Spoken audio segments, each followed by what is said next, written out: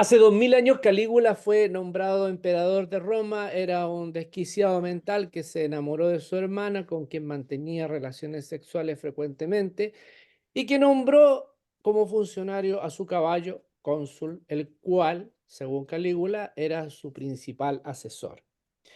En la ignorancia colectiva podemos leer: a la derecha, para ganar, no necesita vencer la inteligencia, solo engañar al estúpido. Hace 5 meses que Javier Milei se convierte en el presidente de la Argentina. En 150 días ha soportado tres grandes movilizaciones nacionales, con una economía que sigue siendo un desastre, un aumento en el costo de la vida pocas veces visto en esta Argentina compleja, con salarios miserables para la clase trabajadora y con un aumento de el costo de la vida más caro, yo diría, que de América y probablemente de muchas latitudes del mundo. ¿Qué tal, Ujú. amigos y amigas de Militantes de las Causas Nobles? Hoy día nos encontramos desde Argentina, y voy a decir de Córdoba, para que armemos la cosa, a María Fornero, socióloga social, profesora de lenguaje y literatura de la escuela pública y escritora.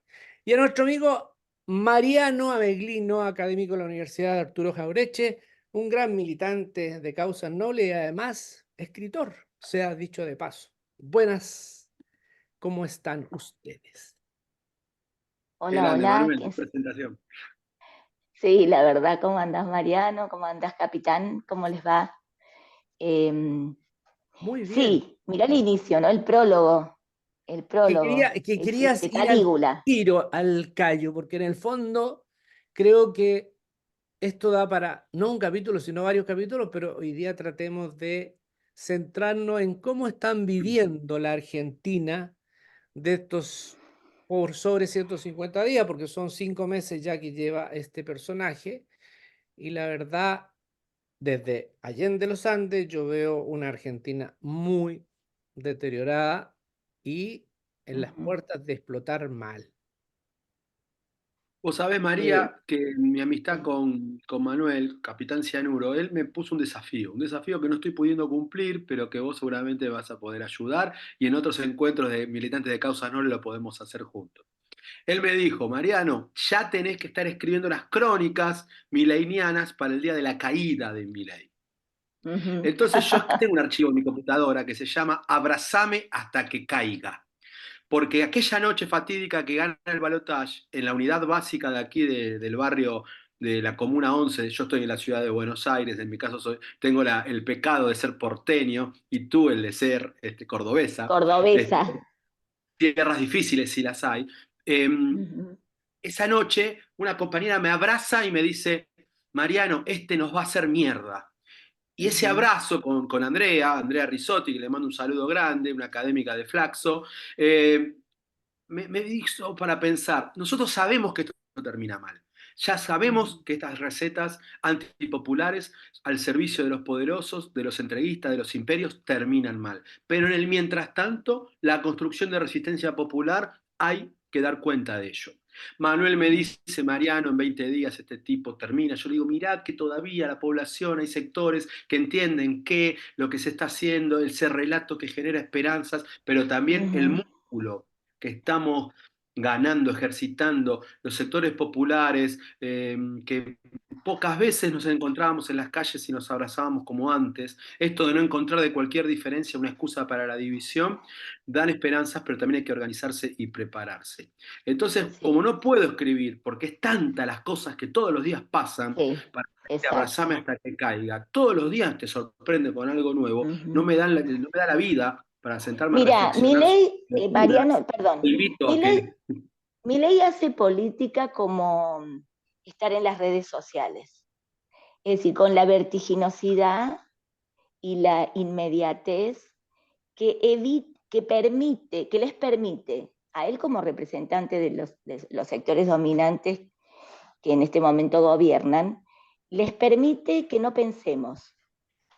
Porque mira, el TikTok o el Twitter o el Instagram un poco más, pero a nosotros, es decir, no permite que piensen. los que tenemos hábito de lectura, de escritura, de pensar, porque somos docentes, o porque simplemente vivimos en la época anterior, en la época previa, pensemos los que tienen entre 30 y 60, vamos a usar las 3 décadas que incluyen la década del 90, ¿no? Y de ahí para acá, que tenemos registro y que además podemos hacer relaciones y pensar el mundo de aquel entonces o la América Latina de aquel entonces y cómo fue evolucionando, podemos hacer una mirada crítica. Incluso quienes les han votado a Milei, te digo, porque ahí hay un punto bien importante. Analizar la composición del voto a Milei, que no es todo derecha absoluta como lo que expresaría Bullrich, Macri, y lo propio que expresa Milei y Villarruel, pero no es todo así el componente del voto, ¿no? Porque si no, sí, te pegas un tiro. Creo que el punto es justamente cómo desbarajustamos, no sé si esa palabra se usa en Chile, capitán, Sí, sí, sí, está. cómo desarmamos para poder ir al análisis y a la crítica, que eso es lo que no nos permite la cosa vertiginosa de que en 40 minutos el presidente te meta 5 tweets. Y entonces, ¿no? Y todo el mundo tiene, ahí hay una dinámica de hay que salir a contestarle. Yo creo que el 8 de marzo, como decís vos, bueno, primero estuvo el paro de enero.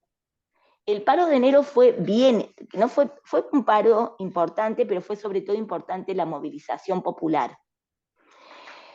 Y de ahí para acá hubo tres marchas, efectivamente, que tienen un peso muy significativo en la Argentina de ganar derechos. Que esto es independiente del kirchnerismo y de quién gobierne. La Argentina de ganar derechos es la Argentina del 2001 para acá. Entonces, el 8 de marzo se movieron 1 millón de mujeres en la Argentina, dispuestas a no retroceder. El 24 de marzo fue una de las marchas más grandes de la Argentina desde la vuelta de la democracia.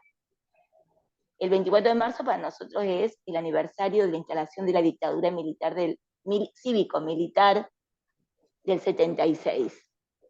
Y la marcha universitaria del 23 de abril vuelve a ser una marcha que abarca todos los sectores sociales y populares. Yo le llamo, perdona María, yo le llamo la marcha Sí. transversal, porque la verdad que encontré, como me estoy interiorizando permanentemente a Argentina, encontré que habían votantes de Milei que estaban marchando en la calle porque se defiende Totalmente. la educación. Ese es un tema, y yo creo que ahí pegó el... Mira, ese es un gran tema, porque viste que nosotros defendemos la educación pública, la universidad pública, la universidad gratuita y de calidad. En Argentina es el único país en América Latina que Correcto. tiene universidad pública, gratuita y de calidad, donde pueden venir todos los estudiantes de países hermanos. Para nosotros eso siempre fue un orgullo, poder decir que recibimos a peruanos, bolivianos, chilenos, paraguayos, que vienen a estudiar a Buenos Aires, a la UBA, y a una de las 10 universidades de mayor prestigio en el mundo, ¿no?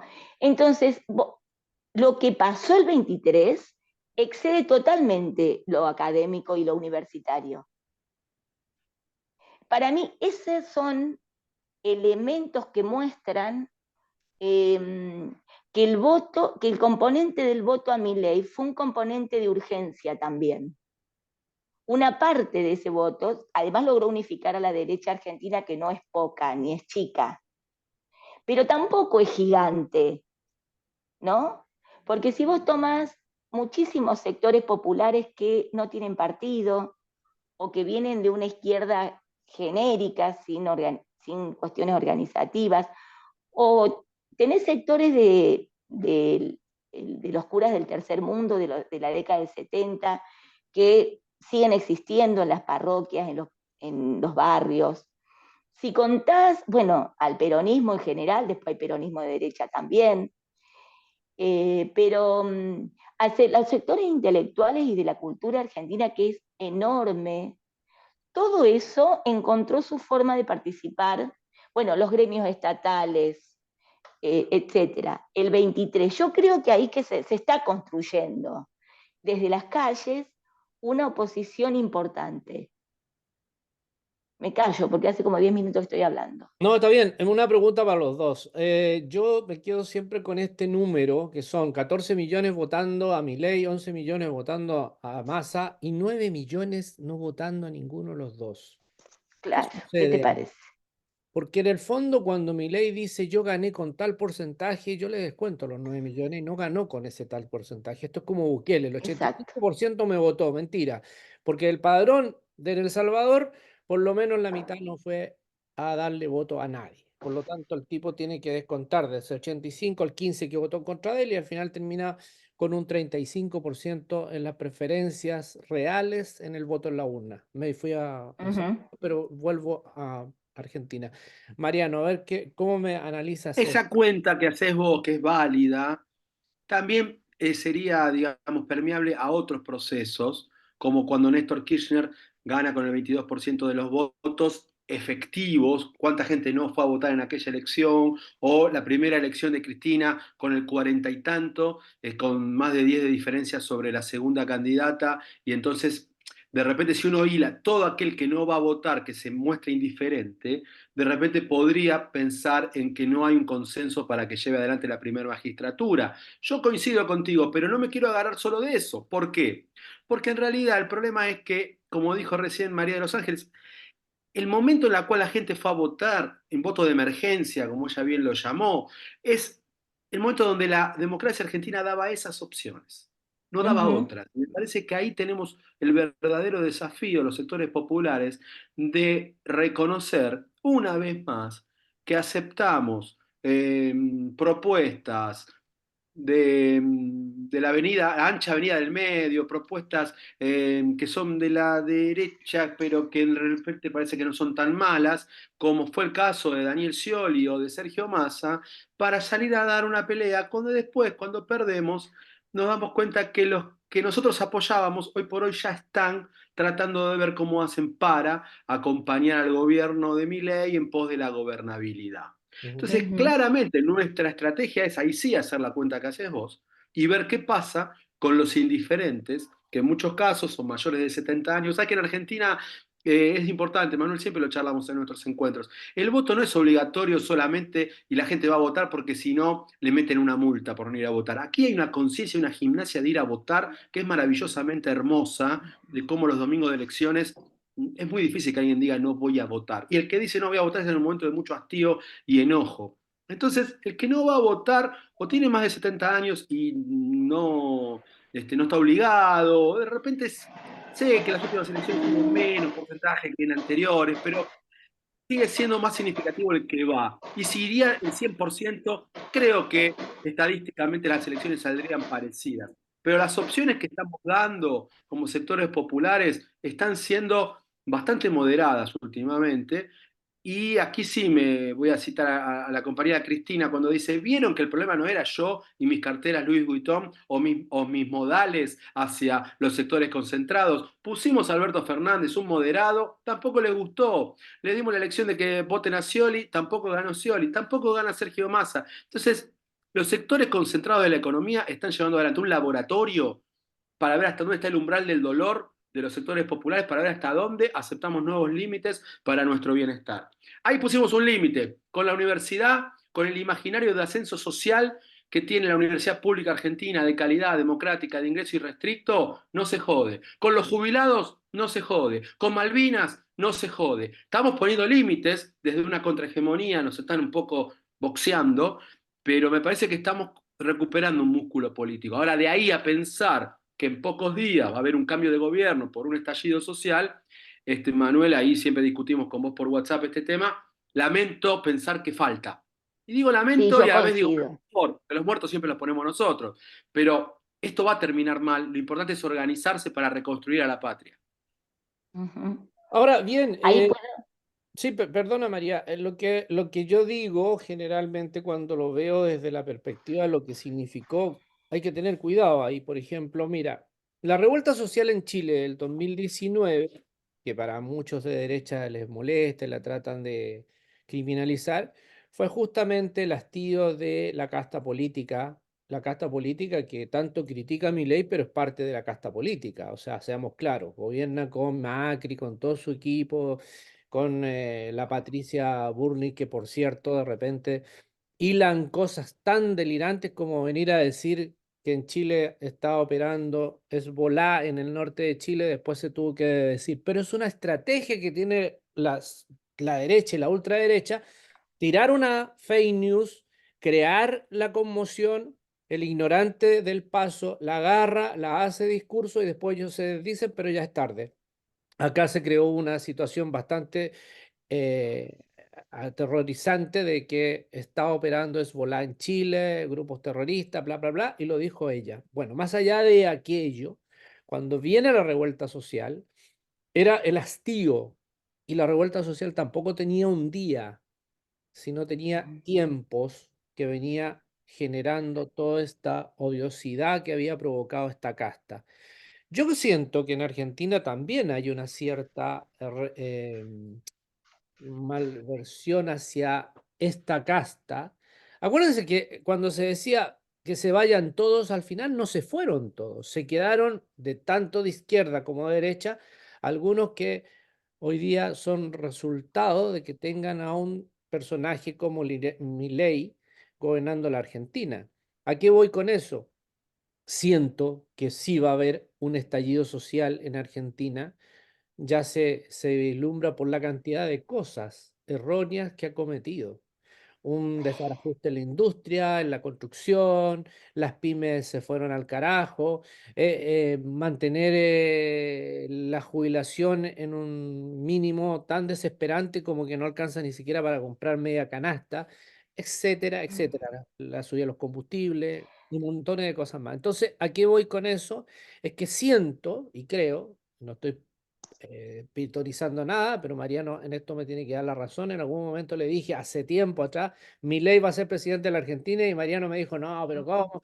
Y no solamente él, sino varios. Cuando yo estaba en Argentina, hace como 3 años, en el 2020, cuando Nos vimos el año pasado, sí, y yo capitán, andaba estábamos con en el la feria. discurso de Milei porque yo había visto a Milei en el 2018, si no me equivoco, en la Feria del Libro, y que tenía una cantidad de arrastre y fanáticos, y era diputado en ese entonces, había tenido el 21%. ¿Qué sucedió?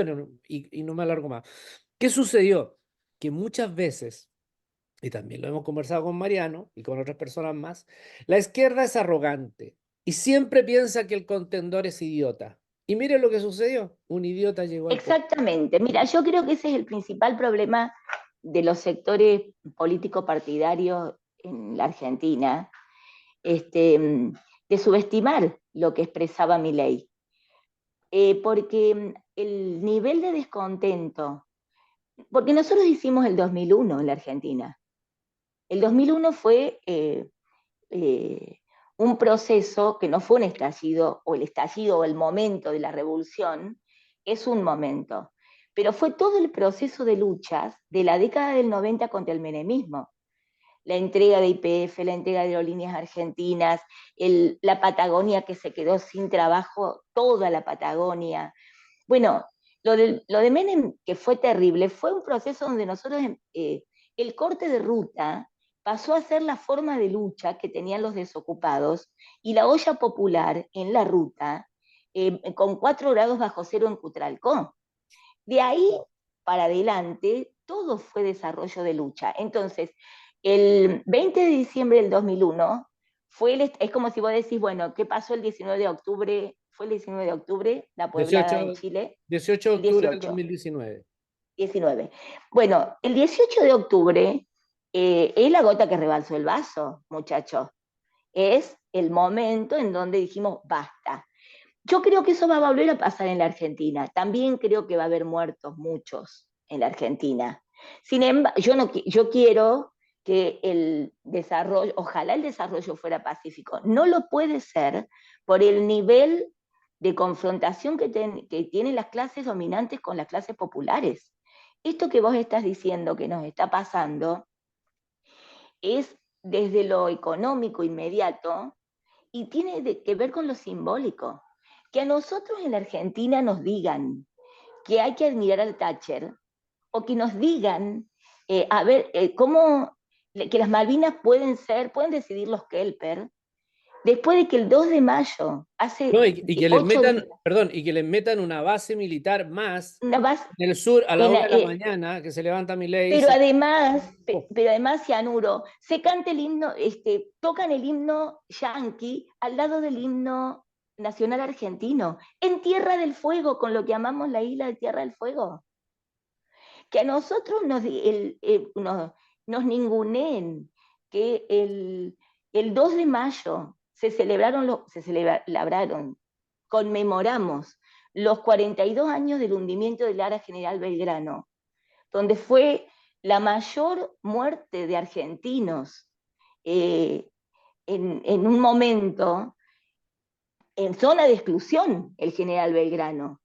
Y Thatcher lo mandó a hundir porque es parte de demostrarte que es el imperio y que hay que agachar la cabeza. Eso es muy fuerte, es simbólico, no está en el bolsillo, en la inmediatez, en si la inflación aumentó o no aumentó, pero eso es muy simbólico. Y en eso hay muchos sectores que no te creas que son de izquierda, muchos que le votaron a Milei y que dicen, no, bueno, viejo, hasta acá.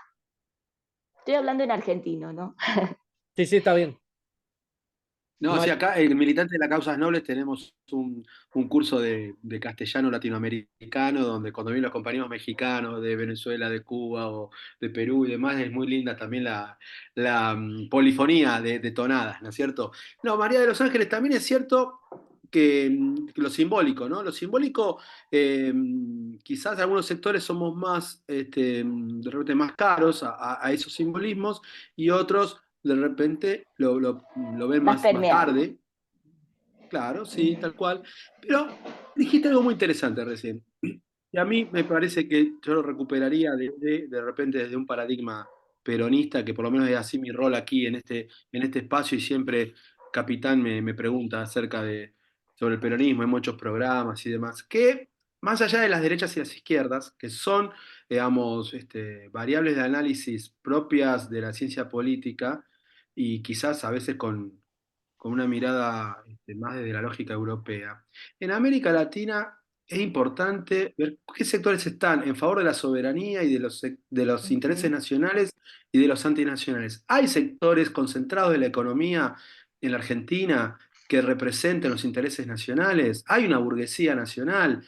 Digamos, eso es lo que nos cuesta encontrar, que de repente Uh-huh. vemos que quizás en otros países de la región, no sé si lo hay, pero en Brasil pareciera que es diferente, para entender un poco cómo tienen que ser las alianzas para que nuestro gobierno, que tarde o temprano vuelva, sea un gobierno que pueda resolver los problemas a la Popular, gente, ¿no? sí, que sea Un gobierno verdaderamente popular que resuelva popular, los problemas a la gente. nacional, de defensa de Tal la cual. soberanía. Porque Sí, no, no, que en perdón. el 2001, siempre Manuel me recuerda qué pasó en el 2001 para entender que estamos cerca de aquel momento. En el 2001, el que se vayan todos, en realidad también, si bien no vinieron nuevos dirigentes de abajo de las baldosas, pero la aparición de Néstor Kirchner, que era un gobernador de una provincia del sur de la Argentina, no era de la élite de los dirigentes. Vino, digamos, alguien que nadie esperaba de la rosca política en ese momento, que terminó surgiendo como presidente de la República, pero estuvimos muy cerquita de que el presidente de la República haya sido Carlos Menem o López Murphy, otro dirigente de la derecha. En el 2001, en el 2003, en las elecciones del 2003 también, fue, si se quiere, una vez el azar jugó en favor de los sectores populares, con alguien que ni sabíamos cómo se mencionaba su apellido, por Néstor Kirchner, y terminó siendo el dirigente que hoy por hoy ha marcado toda una generación, con remeras con su cara, con tatuajes con su cara, como un dirigente que mostró que otras cosas que siempre nos decían que no eran posibles, fueron posibles. Entonces, yo creo que es importante lo que está ocurriendo en cuanto a la gimnasia popular, de encontrarnos en las calles y seguir dirimiendo nuestras diferencias en las protestas populares. Ahora Uh-huh. bien, rescato algo, Manuel, que para nosotros es importante. Que haya todavía una cantidad de diputados y de senadores que le dicen que no a las leyes del Congreso que manda Milei, y que de hecho todavía no pudo meter una ley, parece que la próxima estaría por meterla, todavía no pudo meter una sola ley, es importante. En otro momento histórico ya estarían completamente fragmentados esos bloques parlamentarios. Y que sectores del sindicalismo más tradicionales, como la CGT, como aquellos sectores que muchas veces están reclamando más medidas de protesta, como de repente la CTA Autónoma o la Central de los Trabajadores Argentinos, o sectores de la tradicionales de los partidos de izquierda, se encuentran en las mismas mesas. Este tipo ha logrado que nos reunamos todos. Todos. Y yo creo que es Sí, importante, todos y todas, ¿no es cierto? Y es importante que podamos trabajar sobre esa unidad. Porque si ganó Milei fue también porque esta ujú, unidad de los partidos, de la democracia y demás, las alternativas que terminan cristalizando son las de Scioli, las de Massa, y eso no exacto, fue bueno. Ahí es exacto, donde me Mariano. parece que tenemos para trabajar. Sí, yo quiero retomar eso que estás diciendo porque me parece que son las deudas que tenemos los sectores populares, los sectores nacionales, los que queremos que el próximo gobierno tenga otra política de verdad. Porque, mira, nosotros en la Argentina se siguió pagando la deuda externa, usuriaria y fraudulenta, demostrado por el juez Ballesteros entonces, de que era una deuda eh, odiosa, era una deuda que nunca debimos pagar. Y en el gobierno de Alberto, para decir los últimos 4 años, se peleaban Guzmán y Massa cómo pagan más y mejor la deuda externa, chicos. Puedes decir, bueno, che, ¿por qué ganó Milei? Bueno, a ver, hagámonos cargo de los que, ¿no? Hagámonos cargo. Pues te quiero decir, nosotros lo que tenemos que, para ir verdaderamente a que este encuentro en las calles que viene produciéndose y que tarde o temprano va a significar un revulsivo que le podemos llamar estallido, pero que el objetivo debería ser que no termine en un estallido de mucho despelote en la calle y después cada uno a su casa. Tiene que terminar en un gobierno popular. Tendría que poder terminar. Desde ya sabemos que golpe de Estado nunca más. Eso ni siquiera se le ocurre a nadie. Por lo tanto, vos decís, bueno, si lo bajás a Milei, ¿cuál es el punto? ¿Que suba a Villarruel? No. El punto es que en la calle y que se logre, ahí puede ser las fuerzas parlamentarias, etcétera, todo el mundo ir a qué tipo de gobierno, independientemente de la persona o del dirigente que en ese momento se logre construir como el posible representante o los posibles representantes. En mi opinión, hay que definir claramente qué 3 cosas vas a hacer. Para mí, nosotros necesitamos ir urgentemente, no pago de la deuda externa, la plata que está en el país y que hay, porque es mentira que no hay plata en este país, hay y mucha. En este país se producen 400.000 millones de dólares anuales en producción, en mercancía. El problema es quién se la lleva. Hay 9.000 millones de dólares en el Banco Central en este momento. Es decir, Milei está sentado sobre los 9.000 millones porque son para pagarle al fondo. Esta mañana veía que se reunió con Caputo, con la representante del fondo, y se le paga al fondo y nos desembolsan 800.000 millones. 800 millones. ¿Para qué? Esa plata hay que mandarla a la producción. Hay que ponerla en la pequeña y mediana empresa, hay que ponerla en el crédito blando para las pymes, para la gente que quiere construir. La construcción cayó el 43%. Y la construcción es una industria dinámica, una industria que permite rápida salida laboral a mucha gente. No podemos permitir que nos discutan las cosas secundarias. ¿Qué 3 cosas hay que hacer? Y mira, hay que ir a un impuesto a las grandes fortunas. En la Argentina, con la ley base, se propone sacarle impuesto a las grandes fortunas y poner impuesto a los monotributistas y incluir de nuevo la 4ª categoría en el impuesto a las ganancias de los trabajadores. 1 millón de obreros industriales van a pagar y no van a pagar los capitales externos. O sea, esa ley hay que bajarla, ¿no? Después, ahí viene un gran problema que tenés, por lo que hay mucha gente harta de lo que se llama la casta política, de diputados y senadores que se sientan ahí y cobran para levantar la mano por un lado o por el otro.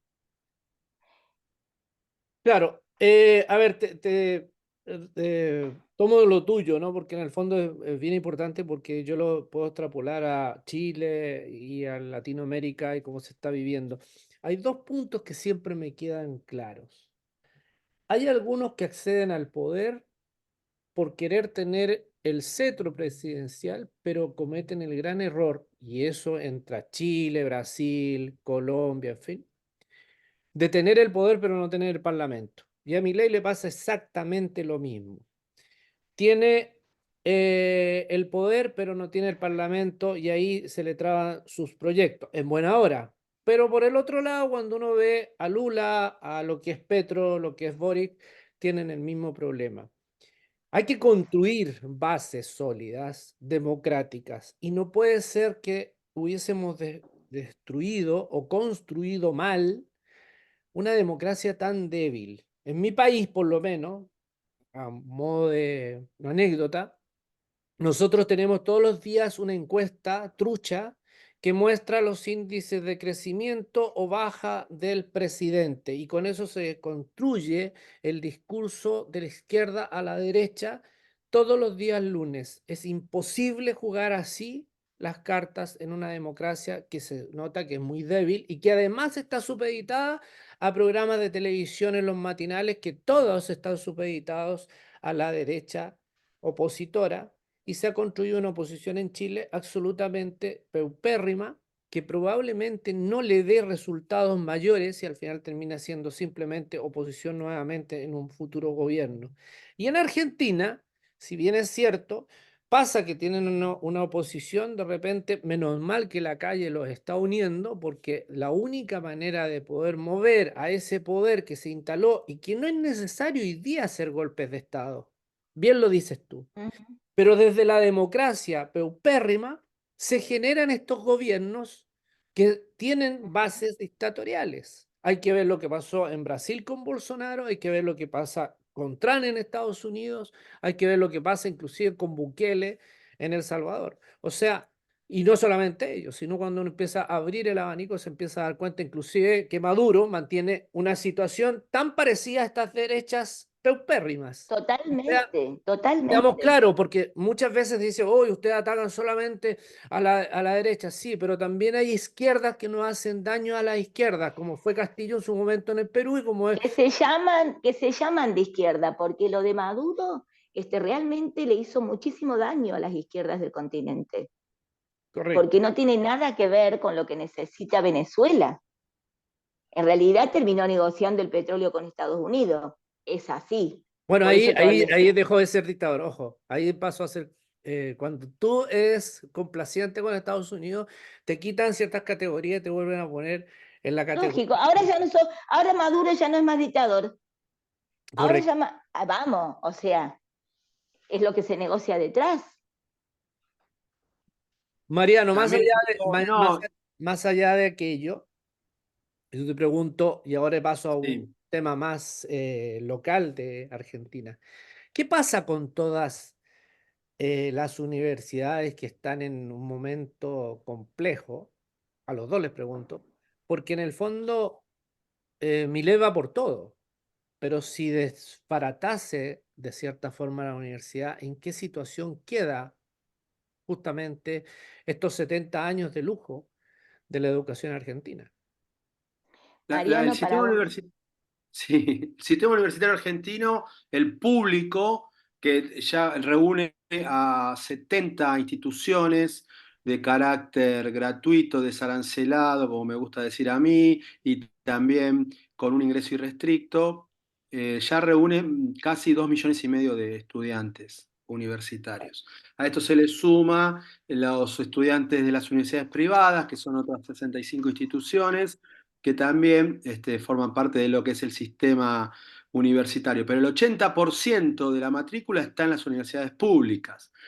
Esta fue una clara muestra de cómo la marcha del día 23 de abril, 1 millón de personas en la calle, esto se puede asemejar, según algunos historiadores, a cuando regresó Perón en el año 73, la cantidad de gente en la calle demuestra el apoyo, el imaginario social, el nervio que se toca cuando se le dice al hijo de un integrante de las clases bajas, de la clase media, que no va a poder ascender en la escala social. Me voy a remitir a aquellas palabras del contraalmirante Rial en el año 55, luego del golpe de Estado a Juan Domingo Perón, cuando él toma el poder de la ciudad de Buenos Aires y le dice a todos los barrenderos: sepan ustedes que este golpe de Estado se hizo para que el hijo del barrendero muera barrendero.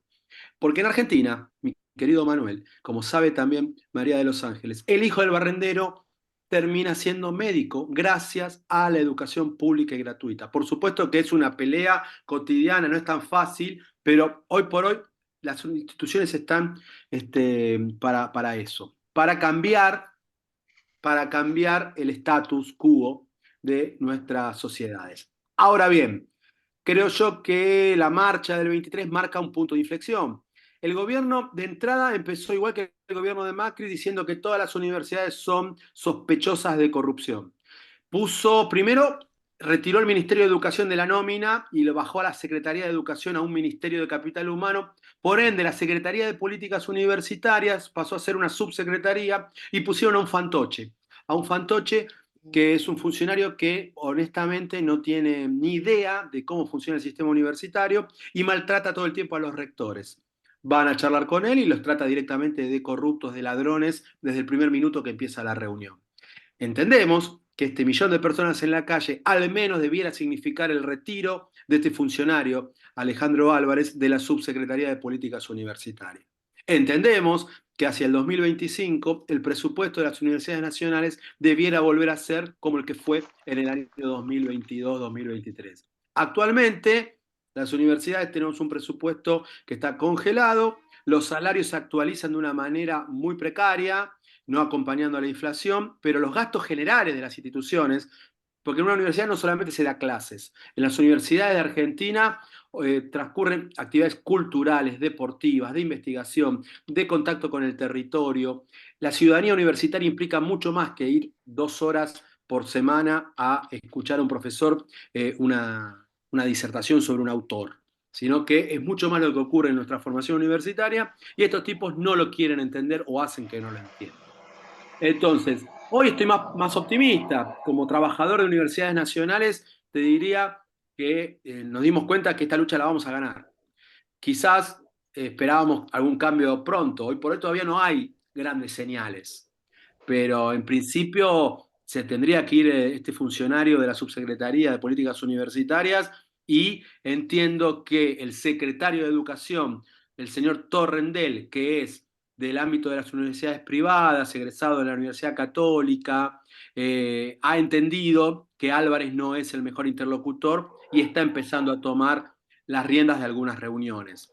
Lo que pasa es que van 5 meses. Estos muchachos se anotaron para dirigir un gobierno y no tienen ni idea, no sé si pueden dirigir una cooperadora de un jardín de infantes. Pero bueno, en esa estamos. Seamos Yo testigos de qué quería pasa ir con el sistema universitario. Quería agregar a esto que dice Mariano, yo tengo esa misma mirada, digamos. Yo, eh, cuando aparece la gente que quiere que se vaya ya, Milei, que todos queremos eso, bueno, todos no, pero los sectores populares necesitamos más que queremos. Es una necesidad urgente. Yo soy docente y a mí me quitaron el 10% de mis ingresos a partir de que el gobierno, porque sí, porque ni siquiera hay decreto de eso, sacaron el incentivo docente, que es el 10% del salario de los docentes del país, pero además, los convenios que se están firmando en las provincias son al 50% del valor real de la inflación. Por ejemplo, en Córdoba, el convenio que se firmó nos dan un aumento del 50% de la inflación mensual. Por lo tanto, de hecho, seguimos perdiendo mucho mensualmente. Entonces, uno no es un problema de qué quiero, tiene que ver con las necesidades vitales, te quiero decir. Pero a mí me parece que ahí viene un gran tema que tiene que ver con lo democrático, que es el construir juntos para que muchos de los sectores que creyeron o confiaron puedan acompañar, puedan hacer ese proceso interior, interno. Yo creo que le pasa eso a las personas. Yo desde la mirada de la psicología social siempre me corresponde ponerme en el lugar del otro y pensar por qué tantos pibes le votaron a Milei, no lo votaron desde la derecha. Lo votaron porque están muy enojados con sectores políticos que dicen una cosa y hacen otra. Porque, como dice mi hijo, yo tengo un hijo de 34 y otro de 30. No pueden ni pensar en casa propia. No, mi hijo más grande nunca en la vida tuvo un trabajo con los derechos laborales adquiridos en la década del 40 y Claro. del 50. Mi hijo más grande no sabe lo que es el trabajo en blanco. Tiene que mantener una familia y no sabe lo que es vacaciones pagas. Mariano, nosotros sabemos lo que es vacaciones pagas. Sabemos lo que es aguinaldo. Sabemos lo que es derecho a faltar al trabajo porque estás enfermo, tenía que acompañar a tu mamá al médico. Mis hijos y esta generación no sabe lo que son esos derechos. Por lo tanto, tenían toda la razón en estar enojados.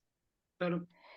Tenemos que construir eso otro que sí queremos y necesitamos, pero lo tenemos que hacer en un proceso que tiene que ser con ellos, no sin ellos. No podemos permitir que él vuelva a ganar esa cabeza y esa conciencia a la derecha, porque esos pibes no son de derecha, quisieran otra cosa. Pero ahí viene Sí, sí, todo un tema, ¿no? Para mí es un gran tema que tenemos y que no, digamos, que no quede grieta hay porque las clases dominantes, digamos, existe, punto. Hay lucha de clases, mirá, hay lucha de clases. Después con los peronistas podemos discutir si hay lucha de clase o no, o hay conciliación de clases, pero lo que queda claro es que el obrero, lo que es bueno para el patrón no es bueno para el obrero, históricamente. Después habrá patrones piola, ¿no? Gente más piola. Pero entonces, la grieta y la brecha es imposible que se cierre, no solo porque es histórica en la Argentina, unitarios federales, etcétera, etcétera, sino porque peronismo, antiperonismo, esa es histórica, pero además porque es así y porque muchas veces la izquierda y el peronismo no lograron ganar a otros sectores que sí se los logra ganar la derecha. Bueno, para mí ese es un gran tema y estamos en construcción. Yo le tengo mucha confianza al pueblo argentino. Mira, María, me quedo con una frase que decía Claudio Alfaraz, un amigo de Mariano, también de los militantes. Estaba haciendo clase y un chico, él le pregunta por quién van a votar y dice, voy a votar por Milei. Y Claudio se sorprende porque además hace clase en una universidad popular y le dice, pero ¿por qué vas a votar por Milei? Porque queremos un cambio. ¿Y qué Uh pasa -huh. cuando ese cambio llegue y te empiece a arrinconar? Bueno, ustedes, los de izquierda y los peronistas, sabrán salir a la calle y votar a Milei. Lo encontré genial.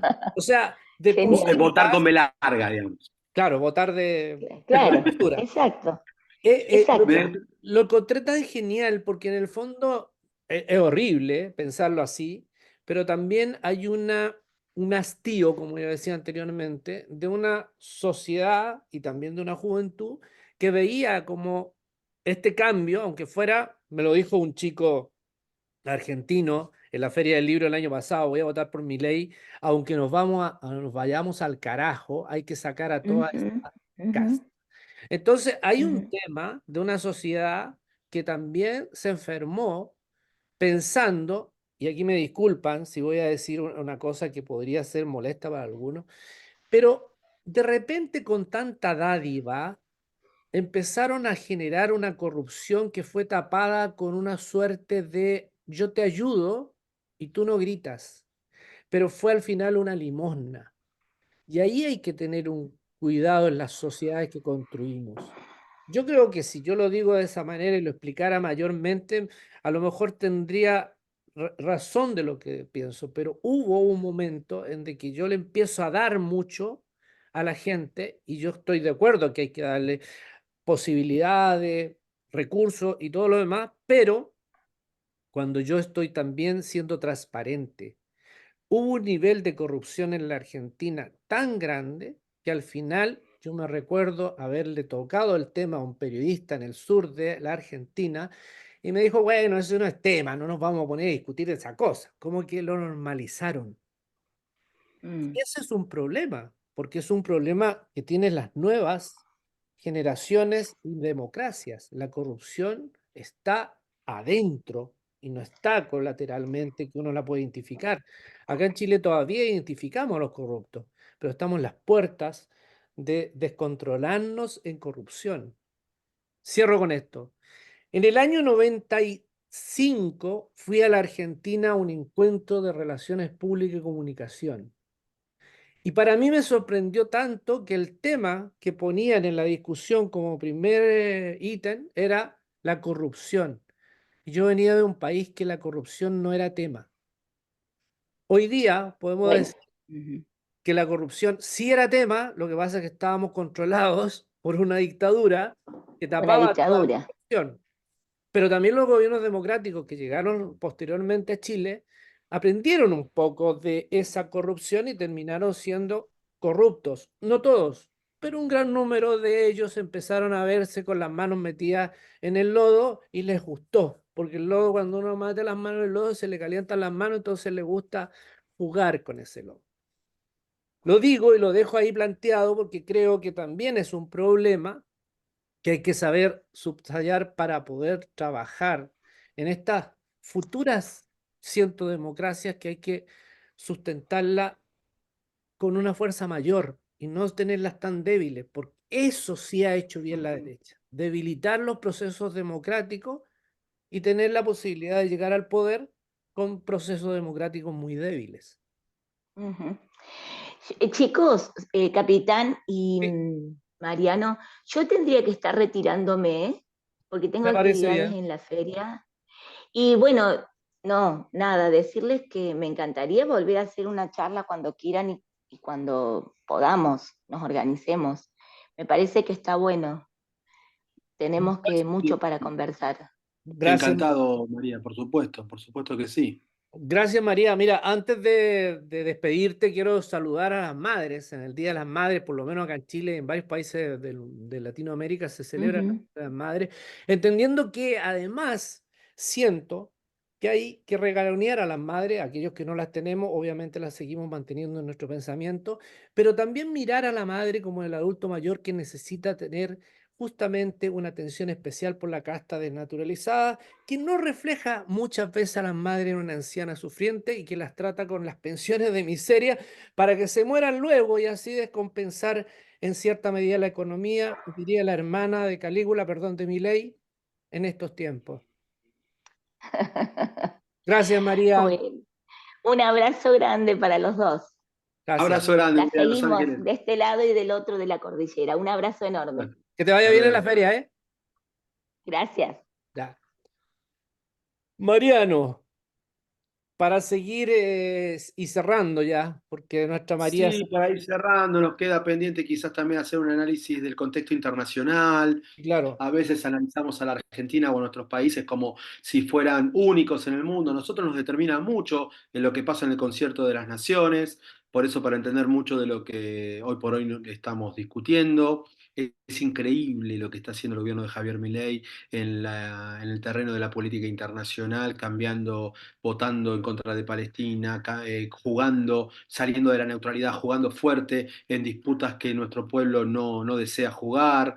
Me parece que no tenemos que invitar a algún analista que comprenda más estas cuestiones, qué es lo que está pasando en el mundo para ver cuál es el lugar que le toca a la región latinoamericana en estas disputas, para poder comprender un poco lo que le pasa al ciudadano de a pie cuando va a comprar el pan. Muchas veces lo que se decide en otros centros del mundo ocurre en nuestra vida cotidiana y cometemos el error de analizar lo que nos pasa en la vida cotidiana creyendo que somos un país completamente independiente y demás. Hoy quedó claro que cuando pagamos la deuda externa estamos pagándole un tributo al señor emperador Y eso es lo que nos quita un montón de derechos y de soberanía. Si teniéramos claro también las limitantes que tienen nuestras naciones, producto del orden mundial, podríamos comprender un poco mejor también esas opciones que nos está dando nuestras frágiles democracias. Bueno, me parece bien, Mariano. Yo creo que hay que seguir, podemos seguir contactando. Tenemos un popurrí de gente que nos puede acompañar en estos análisis y retomar un poco en los programas de la militancia de las causas nobles, porque de fondo esto nos da también la perspectiva desde donde nos ubicamos de lo que tú acabas de decir. Somos países en un mundo globalizado donde un problema que se genera en el Medio Oriente nos afecta, porque las políticas que se generan alrededor de ese problema se toman como la geopolítica mundial. Hay que ver lo que hace Petro. Para el 1 de mayo anuncia su rompimiento de relaciones con Israel, pero hay que ver lo que hacen las Naciones Unidas, donde declaran la posibilidad cierta de que Palestina entre a ser miembro de las Naciones Unidas. Y también da para un tema aquellos que son los anti-ONU, que es un discurso que se viene gestando hace un tiempo a esta fecha y que viene justamente de las extremas derechas. Y la Agenda 2030, que le tienen tanto miedo y que al final yo estoy convencido que ni siquiera saben de qué se trata los 17 puntos de la Agenda 2030. Entonces tenemos tareas por delante para poder conversar, ya sea cada 15 días, pero démonos un tiempo porque la verdad, los militantes de las causas nobles no terminan en los conflictos que se crean en Chile, en Argentina, en Colombia o en la América. Eso, por Vamos ahora. con un ejemplo tilingo. Está sonando la señal, la batiseñal está sonando y los militantes de las causas nobles debemos volver al ruedo más seguido para estar en contacto con nuestros amigos y nuestras amigas de la región latinoamericana. Invitamos a todos los amigos y amigas para volver a encontrarnos, para que nos sigan viendo y también para formar parte de estos paneles y de estas mesas. Hoy, por culpa de Javier Milei, los argentinos estamos protagonizando un poco el escenario, pero están pasando cosas en toda la región, así que no dejan de hablar los demás hermanos latinoamericanos. Bueno, un abrazo, Mariano, y seguimos en el contacto, obviamente. Y este programa queda para todos. Coméntenlo, compártanlo. Estamos en Los Militantes de la Causa Noble, en mi canal de YouTube, de Capitán Cianuro. Y bueno, los abrazamos desde Argentina, desde Chile, y seguimos en esta lucha constante y permanente. Fuerte abrazo. Gracias, Manuel.